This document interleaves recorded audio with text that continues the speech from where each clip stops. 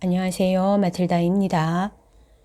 오늘은 우리가 어떻게 해야 다가오는 징벌에서 구해질 수 있는지에 대한 글을 읽어드리겠습니다.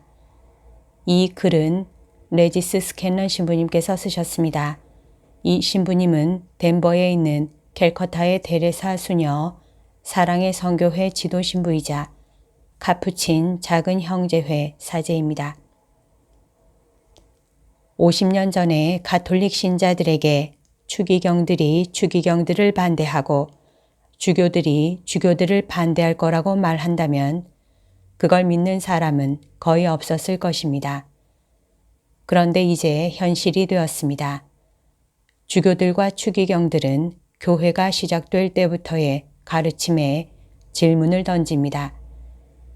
더욱 믿기 어려운 것은 이 모든 것이 두 번의 서로 다른 성모님 발현에서 예견되었다는 것입니다.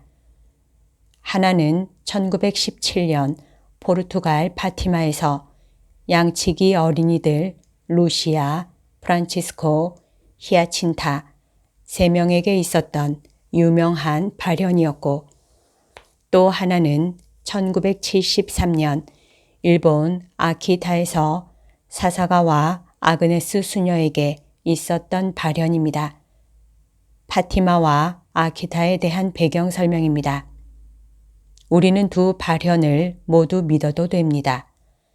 비오 12세 이후 모든 교황들은 파티마 성모님의 메시지를 인정했습니다. 그리고 아그네스 수녀의 메시지는 파티마의 세 아이들이 받은 것과 같습니다. 이것은 교황청, 교리신앙성, 수장, 라친거 추기경이 아그네스 수녀의 직권자 이토 요한 주교와 만나서 확인했습니다. 라친거 추기경이 아키타 성모님 메시지를 공식적으로 승인하지는 않았지만 그것은 파티마 메시지다 라고 아키타에 관하여 이토 주교가 1984년에 쓴 사제의 편지에 대해 그는 반대하지 않았습니다. 이것은 베네딕토 16세가 될 라친거 추기경이 유명한 제3의 비밀을 포함한 파티마 메시지의 내용을 알고 있었기에 매우 중요합니다. 아키타 메시지가 파티마 메시지와 같지 않다면 추기경은 이토 주교가 이렇게 발표한 것에 반대했을 것입니다. 파티마 성모님은 가톨릭 신자들이 매일 묵주기도를 하고 회개해야 사람들이 하느님을 모욕하는 것을 멈출 수 있다고 했습니다. 성모님은 어린 히아친타에게 육체의 죄가 영원한 벌을 받게 될 사람들이 저지르는 가장 흔히 저지르는 죄라고 했습니다. 1917년에 하느님이 이러한 죄로 인해 심기가 불편하셨다면 요즘은 얼마나 더 불편하실까요? 1917년의 육체의 죄는 일탈행위 정도로 여겨질 수 있지만 요즘 상황은 훨씬 더 심각합니다. 포르노, 자위, 피임, 간통, 남색 등의 죄들이 정상적인 행위로 여겨지기 때문입니다. 그리고 종종 육체의 죄를 감추기 위해 행하는 낙태는 1917년에는 드물었지만 1980년부터 현재까지 전 세계적으로 낙태된 아기는 15억 명입니다. 여기서 요점은 인간이 육체의 죄를 뉘우치는 것을 거부했을 뿐만 아니라 이러한 죄들은 종류와 숫자가 기하급수적으로 증가하여 더욱 심각하다는 것입니다. 성모님은 사람들이 이런 죄를 뉘우치지 않으면 끔찍한 일이 벌어질 것을 경고했습니다. 주교를 반대하는 주교들과 추기경들을 반대하는 추기경들은 시작에 불과합니다. 파티마와 아키타 모두의 경고는 이렇습니다. 만약 세계와 교회의 최고 통치자들이 이러한 악에 반대하지 않으면 하느님은 한 시간에 수백만 명씩 계속 죽게 내버려 둘 것이며 인류의 대부분을 쓸어버릴 것이라고 합니다. 이것은 가혹하고 극단적으로 보일지 모르나 성 바오로는 로마서 1장 18절에서 32절과 에페소서 5장 3절에서 6절에서 자연스럽지 않은 성관계와 더러움을 실천하는 사람들에게 하느님의 진노가 쏟아진다고 가르친 성경 구절이 현대에 적용되는 것일 뿐이라고 했습니다. 그러면 세상과 교회는 어떻게 될까요? 우리는 무모하게 하느님에게 표징을 보여달라고 하면 안 되지만 교황 권고 인간 구원으로 제2차 바티칸 공의회를 소집할 때 교황 성 요한 23세는 성경을 언급하면서 시대의 표징을 읽을 수 있는 지혜가 있어야 한다고 했습니다. 결국에 만약 하느님이 우리에게 표징을 주신다면 우리가 그것을 알아보지 못하고 주의를 기울이지 않으면 심각한 결과가 일어날 수 있습니다. 그렇다면 2010년대를 맞은 우리에게 시대적 표징은 무엇일까요? 1년 중 10월 13일은 신기하게 과거와 미래의 여러 사건들을 이어줍니다.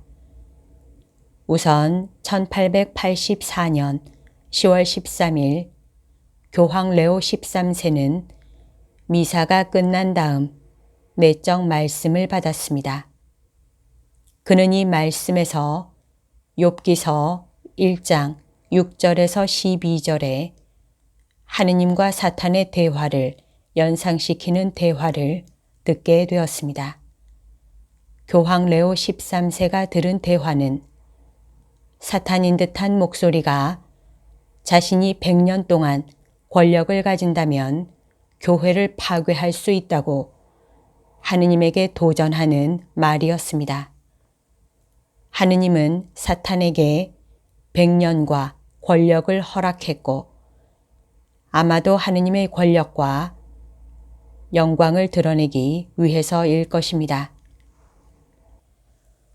하느님께서 사탄에게 100년과 권력을 허락한 것은 아마도 하느님의 권력과 영광을 드러내기 위해서였을 것입니다.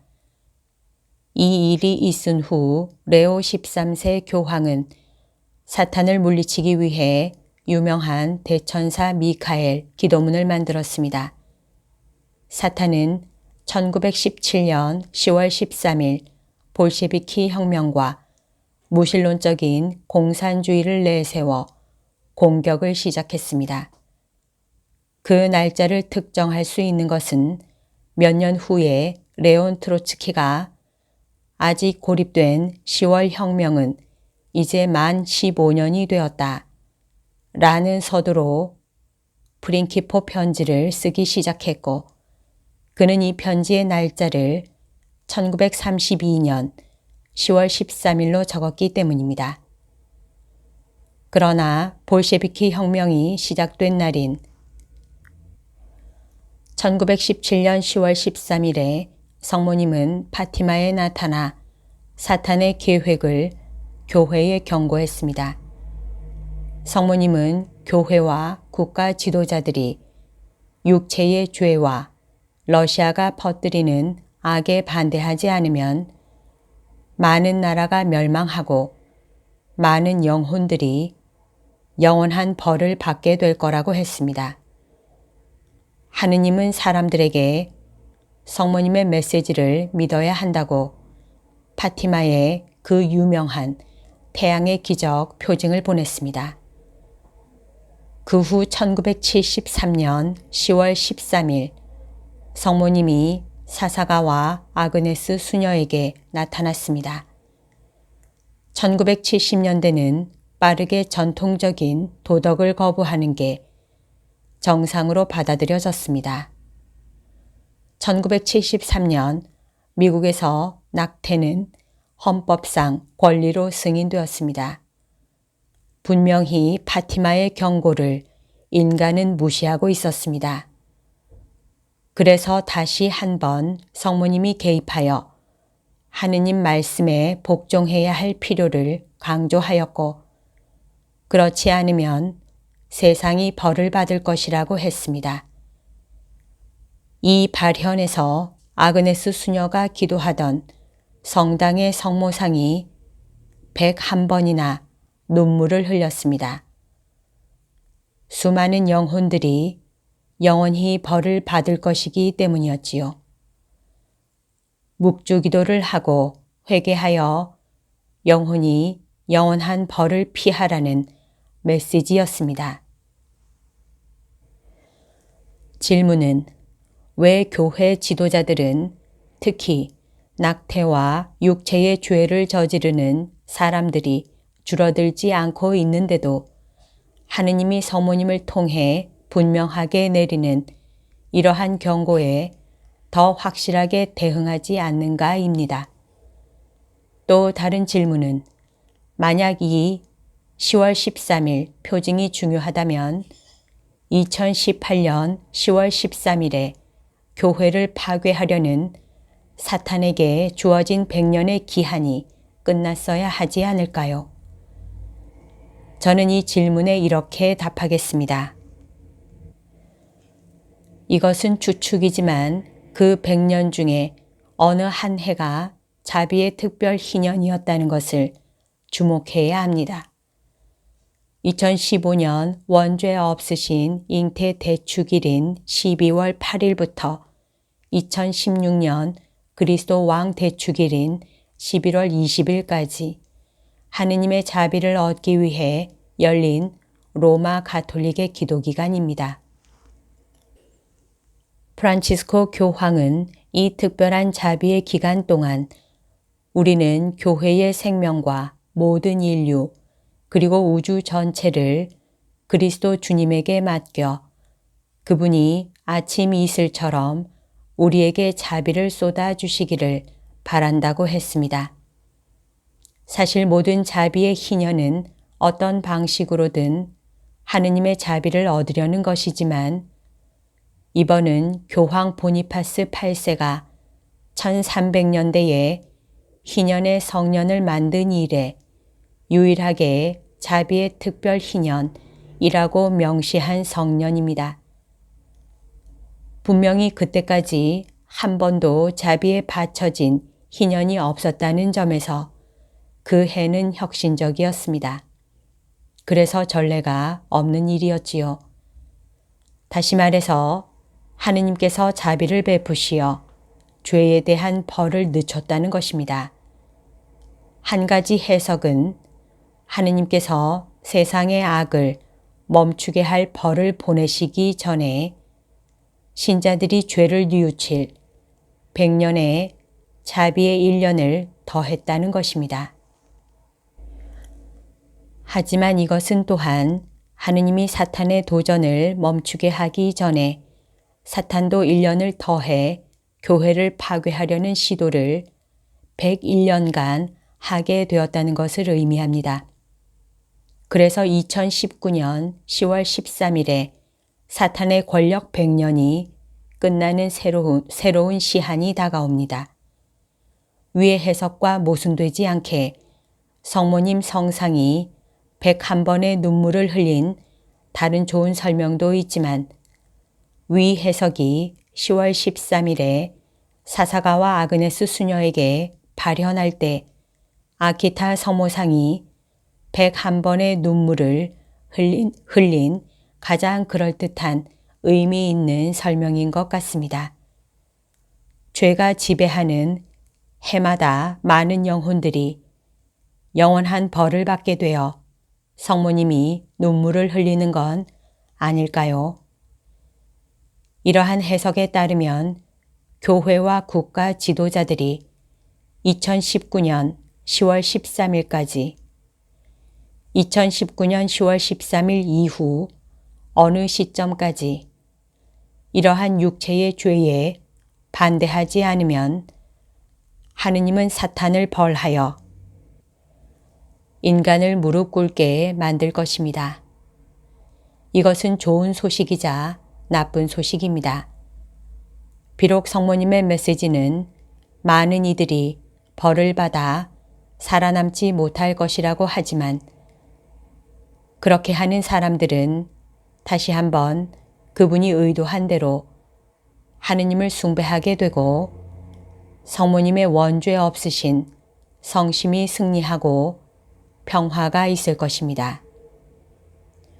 지금으로서는 교황과 주교들이 사회 곳곳에 만연해 있는 이러한 육체의 죄를 공개적으로 강력하게 그 죄의 이름을 대며 반대할 수 있도록 우리는 묵주기도를 하고 회개해야 합니다. 만약 그렇게 한다면 아마도 인류는 깨어나서 회개하게 되고 우리 모두는 혹독한 벌을 면하게 될 것입니다. 여기까지가 오늘 들려드릴 내용입니다. 이 글을 읽은 다음에 제가 코로나가 언제 시작되었는지 찾아봤는데요. 최초 감염 보고가 중국에서 2019년 11월 17일에 보고되었다고 합니다. 지금 이 글에 나오는 2019년 10월 13일 다음 달이지요. 글을 이해하시는데 참고하시기 바랍니다. 이 글은 평화의 모후 사도에서 나오는 잡지 평화 2020년 3월호, 4월호에 실려 있습니다. 오늘도 하느님의 뜻 안에서 서로 사랑하는 하루 보냅시다. 사랑합니다. 축복합니다.